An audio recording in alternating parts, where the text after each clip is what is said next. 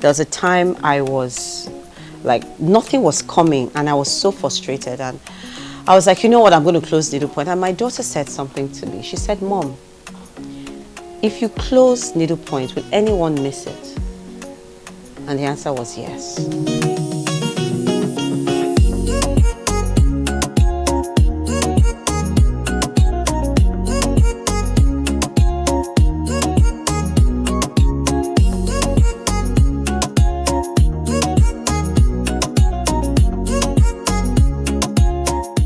I studied banking and finance in the University of Port Harcourt.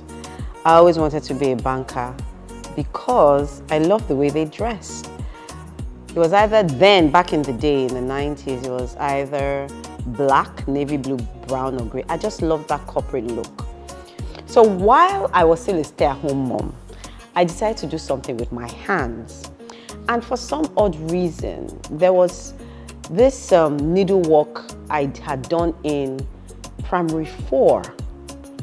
Primary 4, I think I was 8. And it was in my house. Ask me how it got there, I don't know. It was this really nice needlework I'd done. I was like, okay, I'm good with my hands. So the thoughts started coming, do something. And you know, I just started saying, okay, you know what? I remember beading. Now, my mom went to London School of Fashion in the 80s, and during the holidays, she would call me to come downstairs to the workshop. By the way, her workshop then is now my current workshop. My earliest memory of my mom being a needlepoint was, I was a bit late to the party compared to everyone in the family. I was 5, I was quite young. I didn't really know, my mom didn't really talk to her. I know she talked to my sister a little bit in the build up to it, but I didn't really know what was going on. It was kind of until after school, we kept going to this same building, but I was still, I just waited in the car. I was 5, ready to go home. And so I didn't really know where we were. It took, quite a few times of us going there for me to actually ask, like, what is this, where are we? My mom was like, this is my shop. And slowly I started seeing, the branding a bit more around the house, whether it was the bags, it was, the actual fabrics, the clothes, or the yellow sheets she uses to wrap the clothes before she sells them. I just started seeing this stuff a bit more around the house, but yeah. That was... She said she wanted to start a tailoring service. So I was like, how will my wife be sewing clothes, run around people, those who will pay, who will not pay, those who will harass her for timely delivery and all that. So I didn't quite get it around my head. I said, okay, let's give it a try. I'll give you all the support that's needed while I watch to ensure that it's not a difficult task for her, because I wouldn't want her to be under any stress. Whatever stress that she undergoes, of course, will also affect me one way or the other. I think I was maybe around 10, and I had just started school in the UK. And I believe she had done like a fashion show. I think it was associated with a charity she was passionate about. I remember her feeling so encouraged, and she worked very hard. And I remember my mom was really into like embellishment when she first started. And I was like, I guess what needlepoint was very much like known for at the start. And so I remember she did the fashion show, it was so amazing, and she felt so encouraged. And honestly, I have to be honest, my memories from that kind of age are like not very crystal clear, but I actually genuinely remember this. I remember when she was first getting her shop together off Awolo Road. This was her first shop. She's still on Awolo Road now in Ikoyi, but her very first shop. I remember we're going in, they were building, they were like moving everything around, and she was so stressed and she was making sure everything was perfect, and everything just came together. 2005. I think I need to start doing some embellishment work and all that. I think it was actually a journey for her, okay? Now, this concern I discussed with her, but she said, look, she wasn't just going to start sewing, she was actually going to do beading, like embroidery work. So it was kind of a niche for her, and I understood it. But then my friends would be like, oh, we like what you make, we like the things you wear, why don't you just design for us? And that's how we started with this, my other tailor friend. We now started the business, and then I was like, you know what? Let me create a brand. This is where my banking and finance, my business training now kicked in. I did the brand, there was the logo, there was the packaging and all of that. So I was just there, I was going to pick up my daughter from lessons. She had extra lessons. And I passed by this road and I saw a to let sign. So in my spirit, it was just like, why don't you get a shop, get this place as a shop? So I went in there, I got the store and I started needlepoint in a small, Alaji Kanike, obscure road. It was, except you were going somewhere, you wouldn't pass that road. I got more tailors, the staffing grew from a staff strength of 2 to about 23 now, yes. I think at the start, there were a few staffing problems, I think. There was a lot of times where my mum would come home and talk about, oh, you know, this person messed up this or whatever. But I think she's hit a point where a lot of staff she has, you know, she trusts and, you know, she's trained them, not just in their, you know, whether it's the people in the workshop making clothes, but, you know, the people who are at the shop trying to sell. I've seen her at times doing the alteration herself, going on the machine to do alteration herself. And of course also the packaging, you know, Brian alluded to her yellow papers in terms of the actual presentation of the work.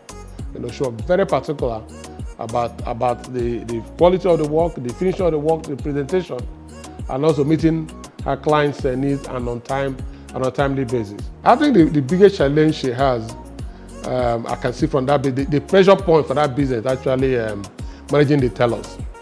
Okay, managing the tellers. And I found that to be a little bit of a stress point for her. But I encourage her on most of those occasions when it's almost like a breaking point for her. And I said, this is how these people are.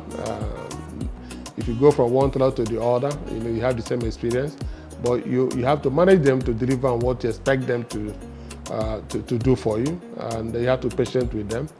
And I think over time, in her caring nature, she has you know, come to, you know, get a very comfortable level of managing the tellers. In fact, for some years when they have organizing some activities, some aid activities, some other activities, I was actually quite impressed because they had just gone beyond having a workshop to actually having a staff and a community of workers that she cared for, and create a lot of activities you know, for bonding and for them to be committed to her business.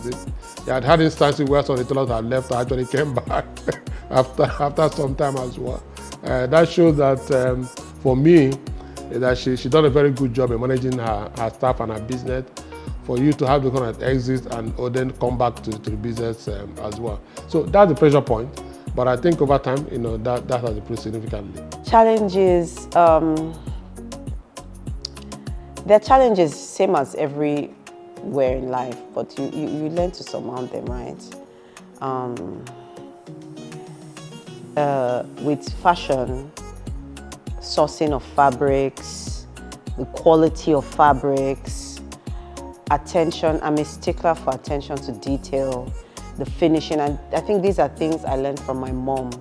The finishing, the thread, the look, the fit, you know, these are challenges every fashion brand faces. So I don't think needlepoint is different, but I'm very, very particular about attention to detail, oh my Lord. Another big challenge, of course, is power infrastructure.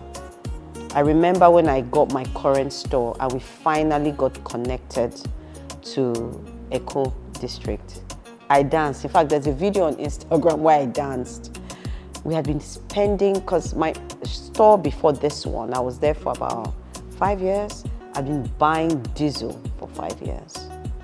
And you know, a woman comes into a store to buy clothes, you don't want to be sweating, you know, so the gent has to be on, you know, so definitely power is a major challenge.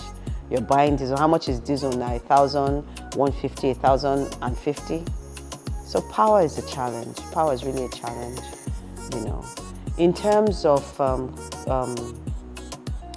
getting good staffing now, that's also a bit of a challenge because especially beaders, you know, people that know what they're doing, you know, because I'm a bidder, so I look at those things.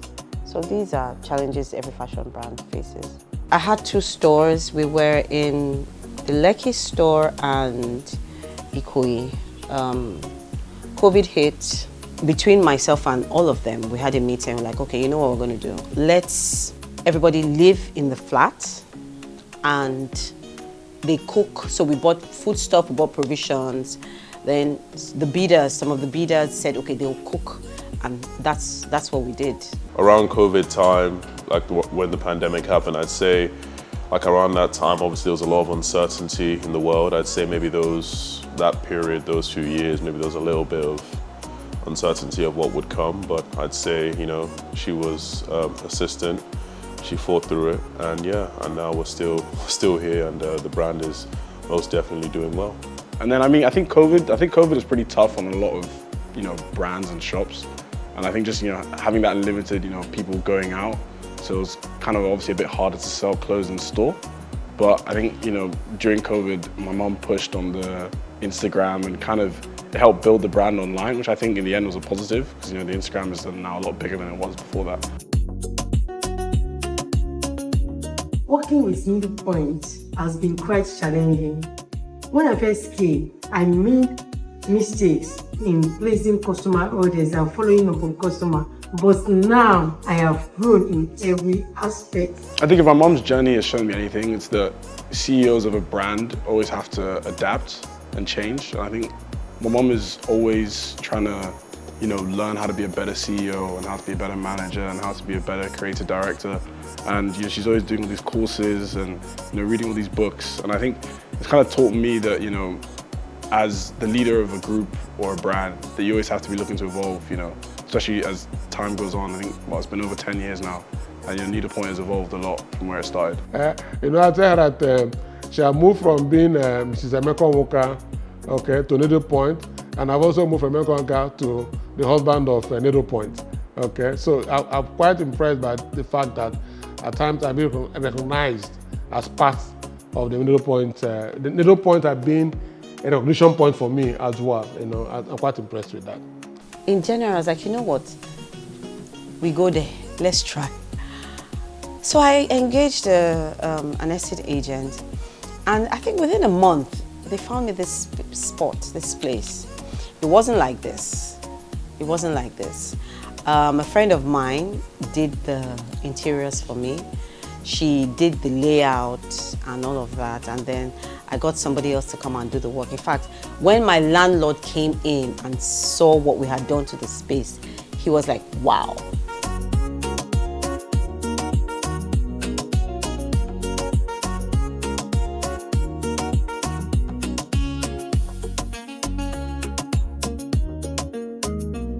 She has absolute trust in God, and whatever she cannot accomplish in terms of her own ability, she always leaves that to God. I know that her faith has also played a very big part in, you know, building Needle Points, but I do feel that this is what she was meant to do, as, you know, difficult as it may be at times to, you know, run your own business. I would like to say thank you God. I'm grateful to God for always being there, for leading me, for guiding me always. I'm thankful to my family, my husband, my amazing children.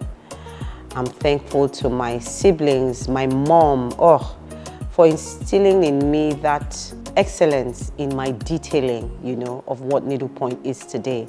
I got that from my mom. To my siblings, for always encouraging me. They were my first cheerleaders, to be honest, when nobody else thought, you know, I could. To my late dad, because without him, you know, he was a strong encourager.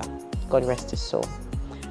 To my clients, wow, without you guys, there will be no Needle Point. I think I'm blessed. I have the most amazing clients.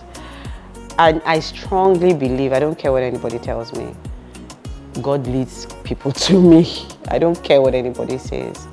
I have the most amazing clients. A lot of them have become friends, you know. The brand is evolving, and I'm being led, and I'm being led. He's told me, when I say he, of course you know who I mean. I'm just downloading my path. The Lord is leading me on the path to follow. Do this, don't do it this way, do it this way.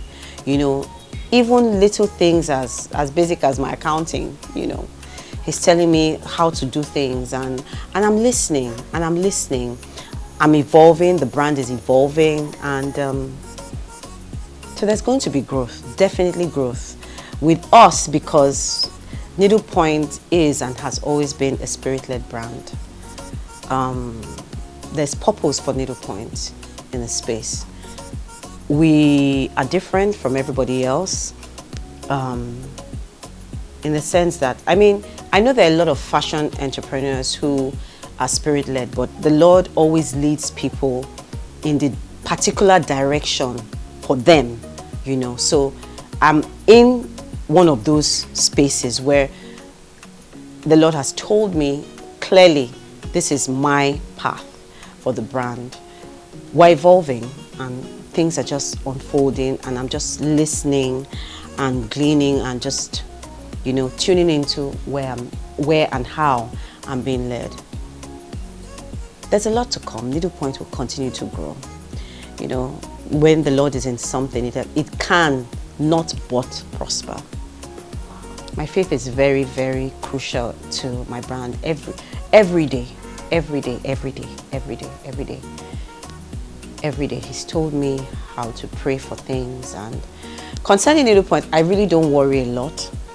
In fact, just today, to be honest, during my quiet time, he was like, write out the things that I'm worried about. And of course, there's family and all that. Needlepoint, I wrote all the things. And he said to me, don't worry, just leave it. And I just, you know, I've left it. Over the years, when it comes to Needlepoint, I tend not to worry, because I know somehow, you know, some days you make a sale, some days, you know, you don't make a sale. But somehow. I remember last year, 2024, I was privileged to be chairperson for Unusual Praise, which is one of the, I think it's the biggest Catholic event in Nigeria. I mean, I'd always been there from day one. But last year, in fact, the year before, you know, anyway, that's story for another day. Last year I was chairperson, and Needlepoint kind of took a back burner, especially from August, because I'd been away doing mommy things for like 3 months in a row. I'd never been away that long from the brand. I came back in August, did a photo shoot, and then Needlepoint took a back burner. And I said, God, you know, in December, because Unusual Praise is in December, right? And I said, you know, I gave God a target. And I said, God, I want to hit this revenue, that's sales, for December. It was an audacious amount, truth be told. You know what? 1st of January, he surpassed, when we did our final 31st. I mean, I waited for my stockist and all that. By the time we did the final for January, you know God now, he will always put Jara. There was Jara on top. My mind was blown away. So today, when I was praying, and you know, I listened, he just, don't worry. So with Needlepoint, I don't worry. We'll still remain true to our DNA, our ethos, but expect more. Expect more. I'm just so grateful for all the people God has placed, all the clients God has placed along my path, because I'm not the most outgoing. You wouldn't see me, you know, I'm not the most outgoing, but somehow, the brand has spoken for itself. It wasn't until towards the end, well, not towards the end, I remember how one of my staff made me join Instagram. It was when we dressed Kate in 1AM VCA, yeah. Anyway, so I'm not the most outgoing, but people still find the brand, people still come, you know, and I'm just so grateful. I remember after COVID, there was a time I was Like nothing was coming, and I was so frustrated. And I was like, you know what, I'm going to close needlepoint. And my daughter said something to me. She said, Mom, if you close needlepoint, will anyone miss it? And the answer was yes. And that's how we stayed, and I just went back in. So definitely, as an entrepreneur, those things, as most entrepreneurs know, those things come. They always come. But at that point, I was like, you know what, nah, I'm done. But when she said that, you know, the Bible says from the mouth of babes. When she said that, you know, it struck something. I remembered I have purpose. The brand has purpose. There was something I posted on my status update recently, which I learned from a program I'm doing, HTP. If God has not given you grace for something, you will struggle. With needlepoint, have I struggled? Sometimes, but not really. Not really. Not really. So there's more to come, and we're going to be here for a long time. Yes, we're going to be here.